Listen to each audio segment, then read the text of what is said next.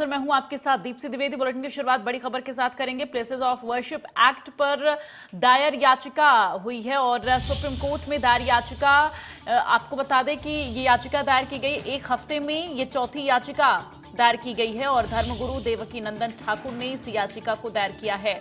तो अब तक कुल 7 याचिकाएं दाखिल हो चुकी हैं। फिलहाल एक हफ्ते में चौथी याचिका ये दायर की गई है और धर्मगुरु देवकी नंदन ठाकुर ने ये याचिका दायर की है। तो ये बड़ी जानकारी, प्लेसेस ऑफ वर्शिप एक्ट पर ये याचिका दायर की गई है। तो इस वक्त की बड़ी जानकारी आपको बता दें, लगातार ज्ञानवापी केस को लेकर तमाम याचिकाएं जो हैं वो दायर की जा रही हैं। तो एक हफ्ते में ये चौथी बार याचिका जो है दायर की गई है वर्शिप एक्ट को लेकर।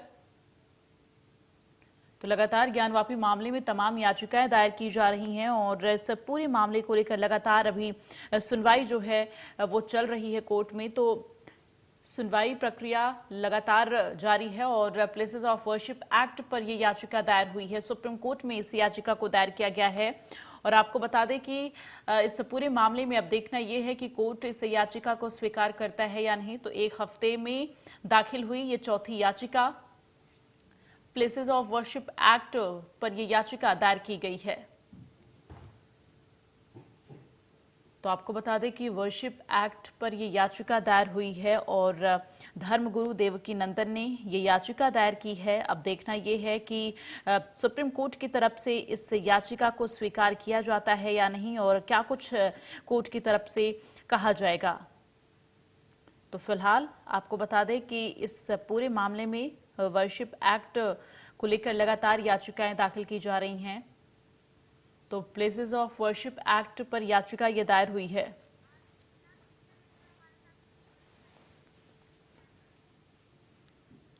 और सीधे रुक कर लेते हैं आशीष सिन्हा, सीनियर एडिटर इस वक्त हमारे साथ लाइव जुड़ रहे हैं।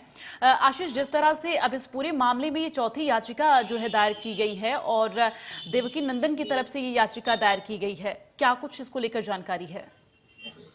देखिए, प्लेसेस ऑफ वर्शिप एक्ट को चुनौती देते हुए इस हफ्ते में चौथी याचिका दाखिल हुई है। इससे पहले कई याचिकाएं, तकरीबन 8 याचिकाएं दाखिल हो चुकी हैं और इन याचिकाओं में एक मांग है वो सिमिलर है। इसका कहना है कि प्लेसेस ऑफ वर्शिप जो एक्ट है वो धार्मिक स्वतंत्रता का उल्लंघन करता है और इसे रद्द किया जाना चाहिए। देवकी नंदन ठाकुर ने अपनी याचिका में कहा है कि इसके कई ऐसे प्रावधान हैं जो धार्मिक स्वतंत्रता है उसको बाध्य करते हैं, इसलिए इस एक्ट को रद्द किया जाना चाहिए, इसमें बदलाव किया जाना चाहिए। दरअसल 2021 दिसंबर में जो अश्वनी उपाध्याय की तरफ से प्लेसेस ऑफ वर्शिप एक्ट को लेकर जो पिटीशन फाइल की गई थी उसमें सुप्रीम कोर्ट ने केंद्र सरकार को नोटिस जारी किया था, लेकिन केंद्र सरकार ने अब तक उसमें जवाब दाखिल नहीं किया है। अब देखना दिलचस्प होगा कि केंद्र सरकार जब भी इस मामले में जवाब दाखिल करती है तो केंद्र सरकार का क्या कहना होता है। यानी कि अब तक जो याचिकाएं दायर की गई हैं इन सब के बीच अभी जो है जवाब केंद्र सरकार को देना होगा, इन तमाम याचिकाओं से जुड़ा जो जवाब होगा। नहीं, देखिए, इन तमाम याचिकाओं से जुड़ा नहीं, केवल एक याचिका जो अश्वनी उपाध्याय की तरफ से दाखिल की गई है, जिसमें दिसंबर 2021 में सुप्रीम कोर्ट ने केंद्र सरकार को कहा था कि आप अपना रुख स्पष्ट करिए, उस याचिका पर जवाब दाखिल करना है। क्योंकि कई सारी याचिकाएं और प्लेसेस ऑफ वर्शिप एक्ट को लेकर दाखिल हुई है, क्योंकि अब इस मामले में सुनवाई नहीं हुई है।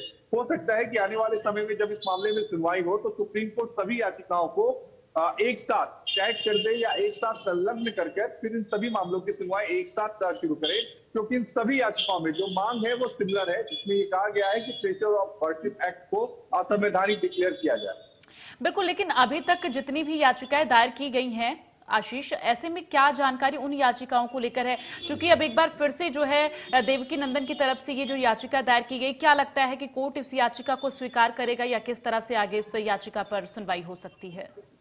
देखिए, एक मामले में ऑलरेडी सुप्रीम कोर्ट ने केंद्र सरकार को रुख स्पष्ट करने के लिए कहा है, जबकि सभी जो याचिकाएं हैं उसमें जो मांग है वो बिल्कुल सिमिलर है कि आर्टिकल 14, 15, 16, 17, 21, 25 ए का उल्लंघन करता है। तो आप ये तय मान के चलिए कि जब भी कोर्ट इस मामले में सुनवाई करेगा सभी याचिकाओं को एक साथ टैग कर देगा, यानी एक साथ सबको संलग्न कर देगा।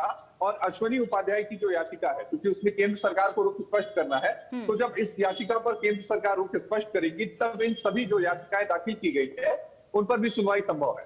तो कहीं ना कहीं आशीष अभी इन तमाम याचिकाओं पर सुनवाई के लिए, अमल के लिए जो है समय लग सकता है, क्योंकि लगातार जिस तरह से याचिकाएं तमाम दायर की गई हैं और आपने जैसा बताया कि एक याचिका है जिसमें अभी केंद्र सरकार को जवाब देना, उसके बाद ही आगे इन सभी याचिकाओं को मिलाकर जो है आगे सुनवाई की प्रक्रिया हो सकती है, तो कहीं ना कहीं अभी इसमें समय लग सकता है।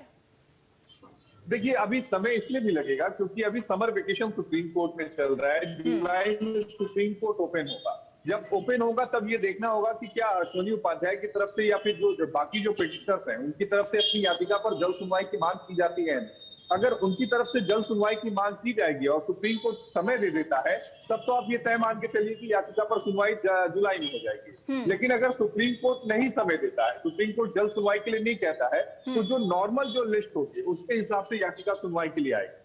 चलिए, तमाम जानकारी के लिए आशीष बहुत बहुत धन्यवाद आपका, और तमाम अपडेट आपसे